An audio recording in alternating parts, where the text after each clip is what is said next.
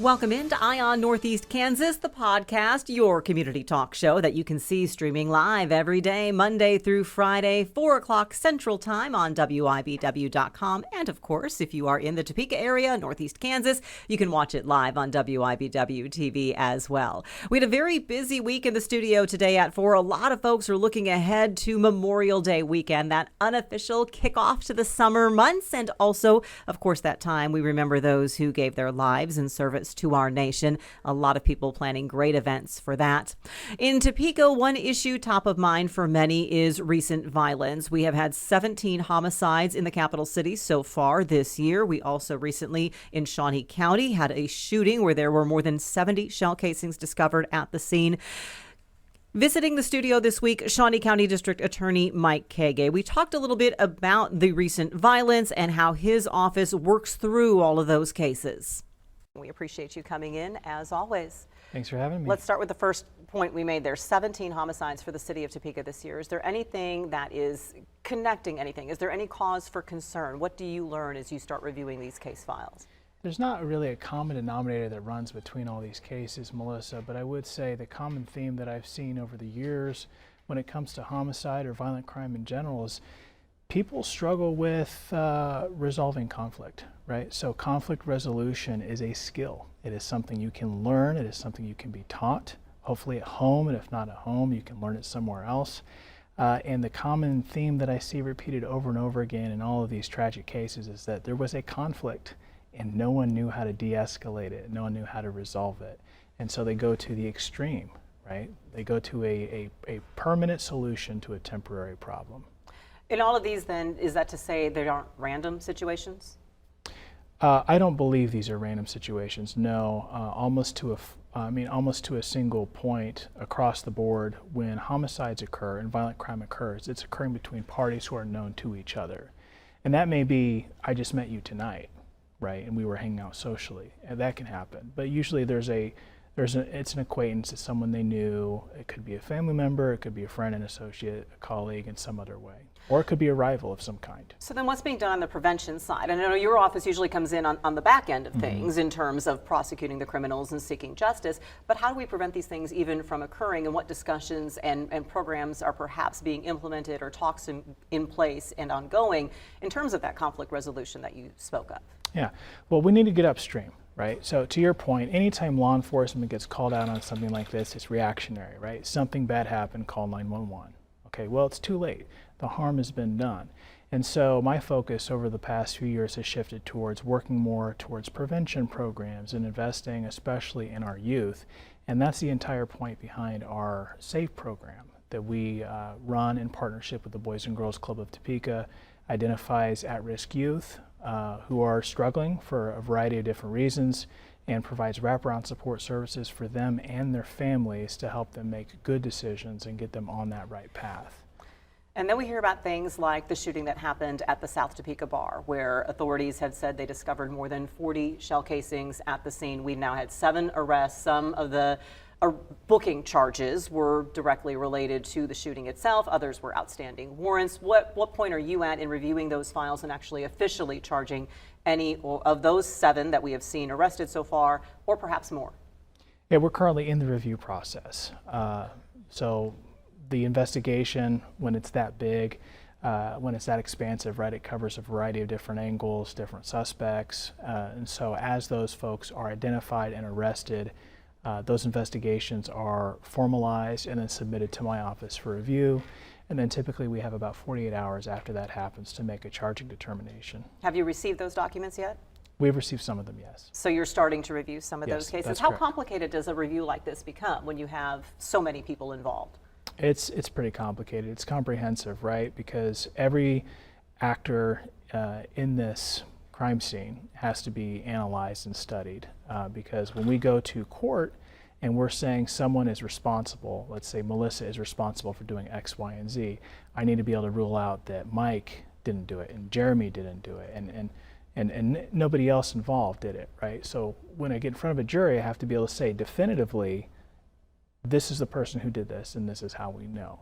And so it is a painstaking process. We have to be thorough and as I often say, we have to be accurate because we only get one shot at that. From what you have seen, will there be more people perhaps named in this situation in particular? I can't speak to that yet. It's an ongoing investigation, so I would defer to the investigating agency on that question. And how do things work in a situation where you had one person injured? All of these people who were involved, will they pinpoint one person who perhaps may be charged with the actual shooting? Or is there a situation where, you know what, everybody was involved, even if person A fired a shot that did not hit the victim, could they somehow be charged with something more serious? You know, so without speaking about this particular case, because it is a pending investigation, we'll be making those charging determinations soon. I can talk about principles that apply in Kansas law anytime there are multiple actors engaging in a simultaneous use of force, right? And so there are some principles like the right to defend yourself. So if, for example, Jeremy came charging over here and he looked like he was going to attack you, I would have the right under Kansas law to use reasonable force to defend you from Jeremy. Right? Something else to look at when you're reviewing the entire case. But if I go towards Jeremy and I miss Jeremy and now I've tackled somebody else instead, right? Now and that person's injured, right? So now have I done something that I shouldn't have done? And how do you sort that out? Of course, those cases remain under review. We'll be keeping tabs on those as charging decisions are made and they make their way through the system. The Kansas legislature recently wrapped up its 2023 session. It is one that ended in a flurry of vetoes and veto override attempts, some successful, some not. A lot of controversy surrounding this year's legislative session, some hot topics debated. House Speaker Dan Hawkins was back to the studio paying us a visit, wrapping up what he sees as successes and also a response from the governor's office on some of the action that's been happening as well. Welcome. Appreciate you being in. Thank you, Melissa. So we're done. We've sine-died the whole 9 yards. We are pending something dramatic happening and special sessions ensuing. You're not back till January. So what, in your assessment, is the big headline? What is the big win that you see for this session? Well, I think the biggest win for us was probably the Born Alive bill that we did. There were other bills. There were some disappointments. You know, taxes was a disappointment, but really we had a pretty good session of a mix of things. There were, as you know, for us, the fairness in women's sports was a big deal. You know, the governor vetoed that, and we overrode the governor's veto on that. You know, she had quite a bit to say about that, but realistically, I think pretty much most people can agree that biological males should not be competing against females. So that was an issue. We spent a lot of time on taxes. In the tax package that we put together really had stuff in it for the governor as well. She had been campaigning for over a year on Axe the Tax. It was really kind of an interesting thing for her to have this switch, and she ends up being the person that acts the tax cut. You know, I was really kind of surprised at that. We really felt that bill was set to do exactly what it needed to do, and that is to give every single Kansas taxpayer a tax relief. It included the Social Security income tax, doing away with the tax on Social Security, which is going to help our seniors. You know, we probably one of our biggest groups of people who leave Kansas every year is our seniors, and they go to Texas or Florida or wherever the taxes are low. We felt like we really needed to do whatever we could to take care of that problem, and she had campaigned on that as well. So she had some things in that bill that was important to her. We really thought that the single rate tax would be ultimately something that she could live with, but she couldn't, so she vetoed that. We just couldn't override it. I want to go back, first of all, to the two issues that you call wins. They were very contentious, to say the least. I don't think that's a point for debate. And while you call them wins, there are people who would call them losses because they seem to target, especially in the transgender issues, specific groups of people with what they say is hate legislation for a problem that doesn't exist in Kansas. How do you respond to that? Well, I would say it may not exist right now because, you know, I've heard the figure this morning that there's only one left in one transgender, transgender woman, yes, transgender girl. yeah, left in the schools here in Kansas. But that doesn't mean that it's not going to be a problem or it couldn't be a problem. And really, that's an issue across the United States. For women, we spent 50 years building up Title IX, and then we want to start tearing it down by allowing a biological male to compete with females, and that's just not right. And quite frankly, although it is contentious, I think if you did polling, you would find out that well over 50% of the people, even people on the Democrat side, not just on my side, believe that a biological male should not compete against females. So we think it was the right thing to do, and I think time will bear that out. Let's follow up on the tax issues. Yeah. And because I knew you were coming in today, Yeah. I did reach out to the governor's office to get a statement from her Yeah. as well, as far as what she felt were the wins and what she would like to see happen from here. And if we could put that up from Governor Laura Kelly, she had said in a statement, we look forward to next year, she will continue to push for special education to be fully funded and for Kansas to finally expand Medicaid, adding she believes that extends health care to hundreds of thousands of working Kansans and boosts the economy. And then also she, on the tax issue, says, to be clear, I want to cut taxes for everyday Kansans. That's why throughout the session, I proposed targeted, responsible tax cuts on groceries and Social Security. It's why I proposed a tax rebate. Legislators must put money back in the hands of taxpayers in a way that allows us to continue fully funding our schools. To that end, obviously, the flat tax rate was the big point of contention for the governor's office. Why didn't you just do the one thing you all agreed on? Let's accelerate getting rid of the sales tax on food. Why didn't you just send a clean bill on that for starters? Put these into individual measures rather than this one big one. Well, if we did all individual measures, we probably wouldn't get all of our work done. We passed somewhere around 126 bills. We had many bills that contained multiple provisions. But you can work pretty fast when you're bundling things at the end of session. Well, that's the reason why we do it, so we can get it done. In this case, that tax bill was built over the session with those 5 pieces in it. And we always tend to, when we have tax bills, we tend to bundle them. Quite frankly, we want something, she wants something.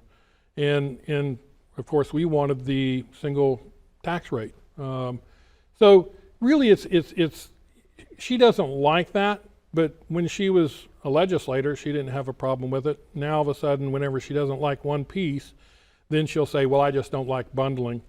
There's a line item veto in the school funding bill that was passed, because I want to ask you about this before we run out of time. You're challenging that the governor should not have had the authority to do that. You're asking the Attorney General to review it. The governor's stance is that it would have meant less money for some rural school districts.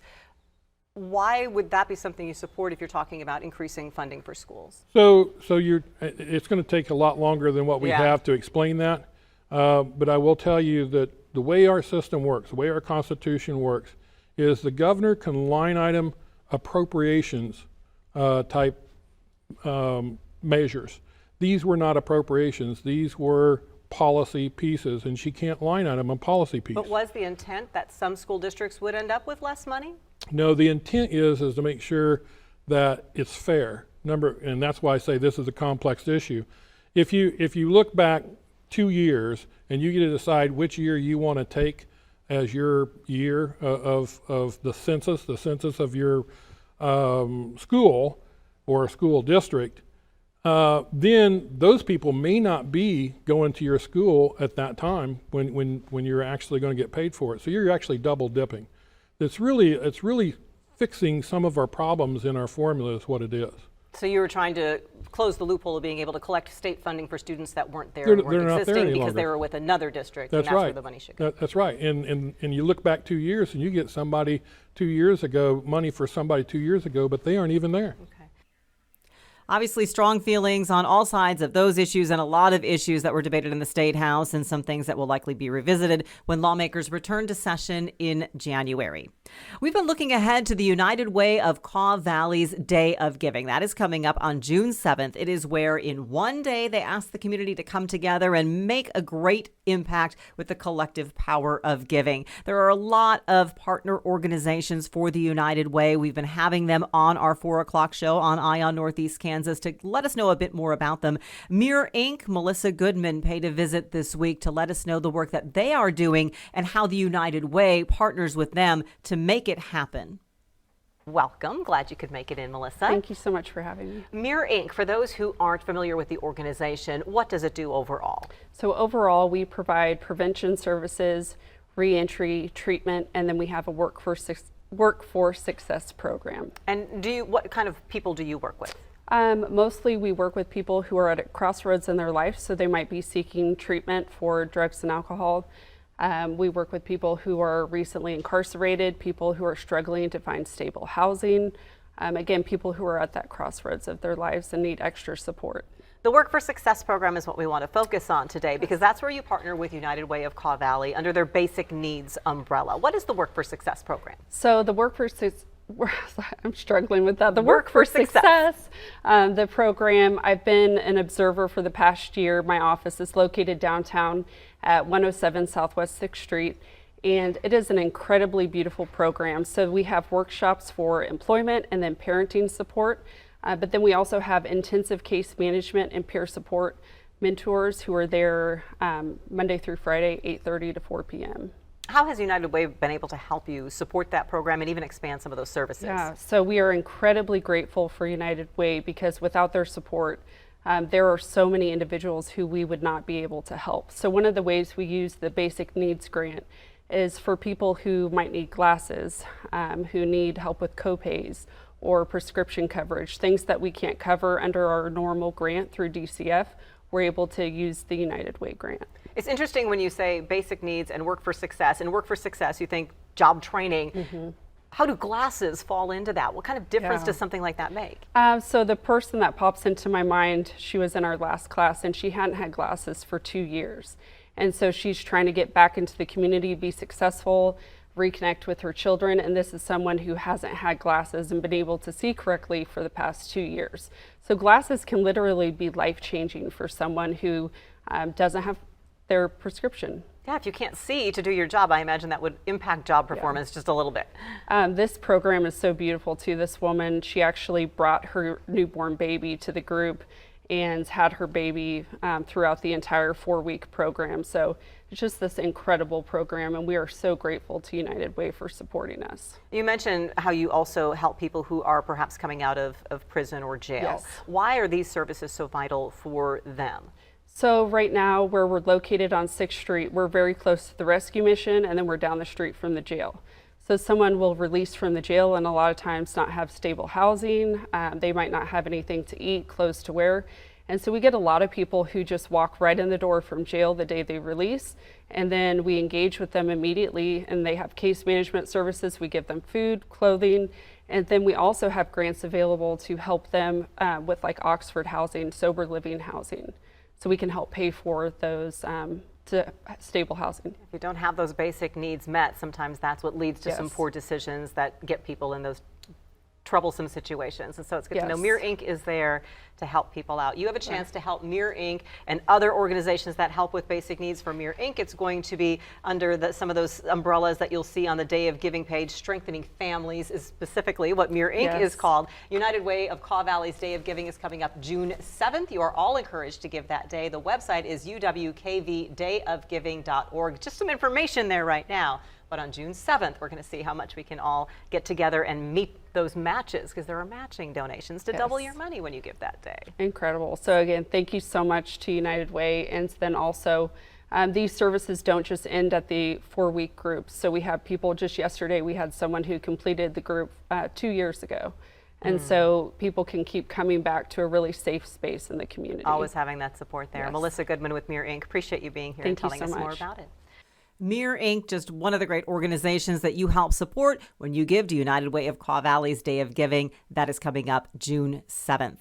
We're also starting to look ahead and count down to Fiesta Topeka. It is the 90th anniversary for this fantastic event celebrating the tradition and culture of the Mexican community in the capital city. There have been some changes this year. We keep looking ahead to those. We had Deborah Ortega, who is the Fiesta chairperson this year, join us along with Travis Lamb. He's the principal at Holy Family School. And Deborah, that is the first big change. It's Fiesta Topeka. What was the thought process as you headed into the 90th year? You know, we solicited input from our parish community, asking them what they thought about what they'd like to see different.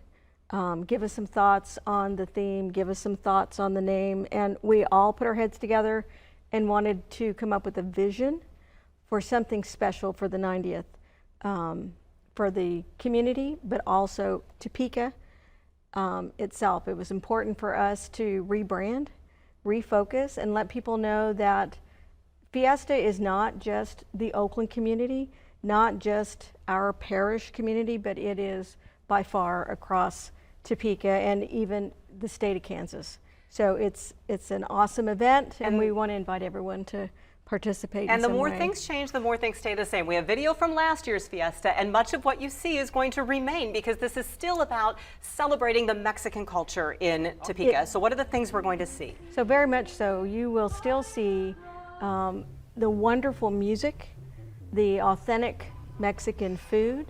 You will see our wonderful art show, but you will also see some new traditions. I mean, you'll see the dance, which we love to have the Our Lady Guadalupe dancers, Ballet Folklorico come and perform, but we've added some new events.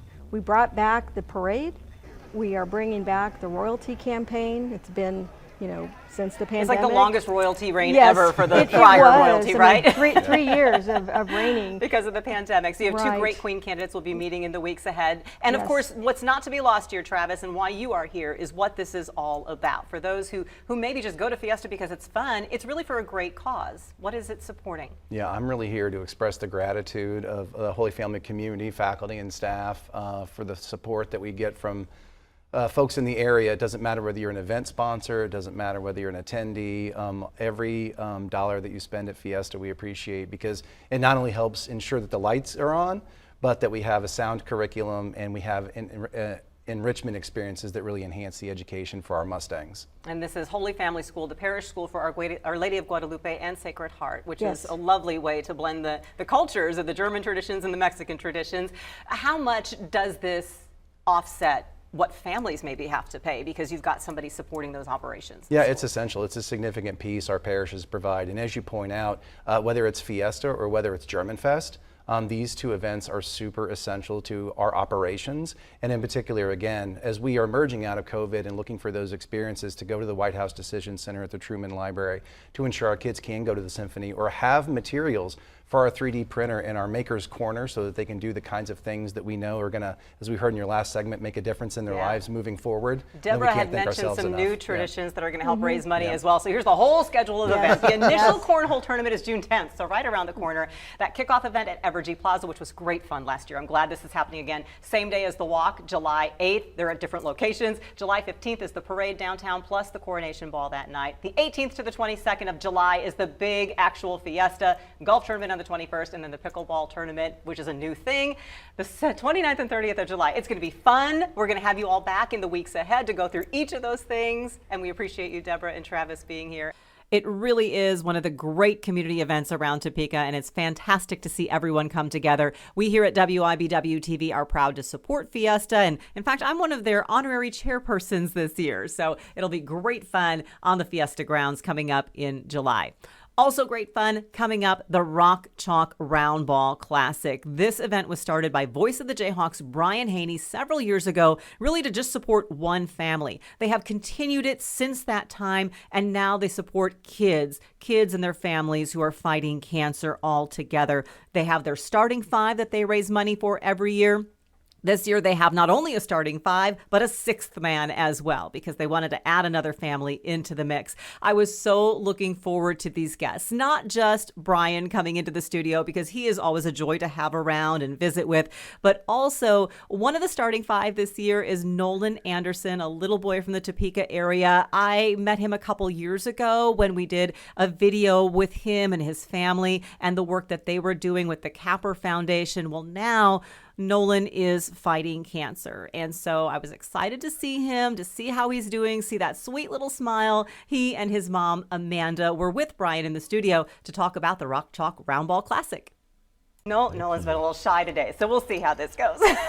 But Brian, 15 years of Rock Chalk Round Ball Classic. What is the whole goal for those who aren't familiar with the event? Well, we're trying to raise as much money as we can for kids like Nolan that are the inspiration for this event year in and year out. It started as a chance to bring back former Jayhawk basketball players, give them an opportunity to utilize their platform and position of influence to give back, and it's just grown bigger and bigger over the last 15 years. Now we have football players, the baseball coach is going to be out there. We'll have about 50 celebrities in all on June the 8th, and the game will be televised right here on WIBW over the weekend. So we're that's going to exciting. air it on June 10th, so we're excited. But kids like Nolan are the reason why we do it, and it's been so inspiring to see his courage, his toughness, but just also his spirit and his zest and joy in getting to know him the last few weeks. Absolutely. We first got to know Nolan a couple years ago, Amanda, when he was our capper kid for our video, and then now all of this has happened since then. So when you heard you were part of the starting five, what does this mean to your family? Because this isn't easy. No, it's not easy at all. We're really excited, honestly. It will help us tremendously. You think when a bill comes in, how are you going to pay it so fast? And you don't have to worry about stuff like that. We travel back and forth a lot, just to Kansas City and back. Helps tremendously with that. And then just like recently, we had a medication that was not covered. So you think of stuff like that, you have to pay that out of pocket. So. How old is Nolan now? How old are you, Nolan? He's 5. He's 5. Hey, Nolan. You want to say something? That's okay. Hey, hold on. Okay, hold on, bud. So Nolan, it's okay. You can let him run around because he can go see Jeremy. Go see Jeremy, Nolan. Or play with your car. That's cool too. We'll just move this out of the way so Nolan can play. Because Nolan's not the only child at home. He has a twin sister, correct? And you have an older daughter. So how does this impact the entire family? A lot. I'm not at home as often as obviously I used to be, and I pretty much run my girls everywhere. Dad works full time, so I'm constantly going places, so we're gone a lot, and unfortunately, so yeah. It's a balancing act. It is. A balancing act. We and try I really do have hard. a photo of the other members of the starting five and your sixth man. Nolan, of course. We also have Hayden, who's 13 years old. Ismael, who is 4. Hayden is from Carlton, Kansas. Ismael's from Dodge City. The other 3 little ones, Raven is only 1 year old from Topeka. Lily is 11 from Topeka. And Hunter, 6 from Scranton. I mean, it's awful to have to ask this question, Brian. How do you possibly choose? Because the fact of the matter is cancer affects way too many kids. Really does. You know, we get over 50 or 60 roughly nominations a year, and our board has to whittle that down to 5 or 6. But the good news is this year, in our 15th year, we're in a position to now have a year-round benevolence fund, and all the kids that made it to the finals are going to have a chance to be celebrated on game night, but then brought back to Allen Fieldhouse and David Booth Kansas Memorial Stadium to watch a game with a KU star in season and receive a special check that night too. So that's where we're at in our 15th year, and we're really excited about that. But big time stars coming back: Devontae Graham, Svi Mikhailuk, Udoka Azubuike, Cole Aldrich, Keith Langford. The list goes on and on. You can check out our website, rockchalkroundballclassic.com. Who are you most excited to see?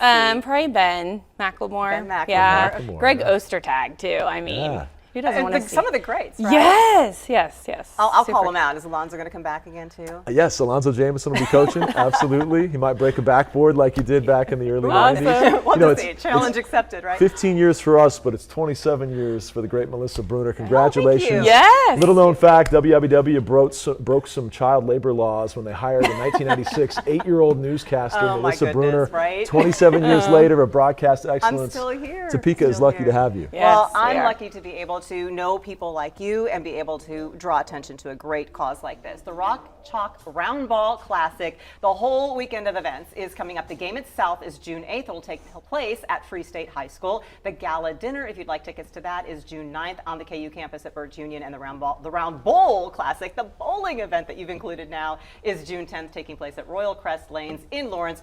RockChalkRoundBallClassic.com is the place to go to get all the information, all the tickets, and we're excited on that Saturday to be showing the game. Don't worry, Nolan is okay. He's just hanging with Jeremy. If the weather forecast looks a little unusual, Nolan is the one who is presenting that right now. I mean, after all he's been through, if Nolan just wants to walk around and explore the studio while we adults had a little bit of a chat, I was perfectly fine with that. So remember, support Nolan and all of the starting five and the sixth man this year at the Rock Chalk Round Ball Classic. And big thanks to everybody who makes it happen, all the volunteers and all the KU athletes who come back to really take this cause to heart. And that wraps up our week on the Eye on Northeast Kansas podcast. Remember, you can see the videos from these segments and all segments on our show on WIBW.com. Just go to the Eye on Northeast Kansas page. I post them on my Facebook page as well. That's WIBW Melissa Bruner. Remember, you can catch the show streaming live 4 o'clock Central Time, Monday through Friday, from right here in the capital of Kansas, Topeka, on WIBW.com. Hope to catch you then. We'll see you on the Red Couch.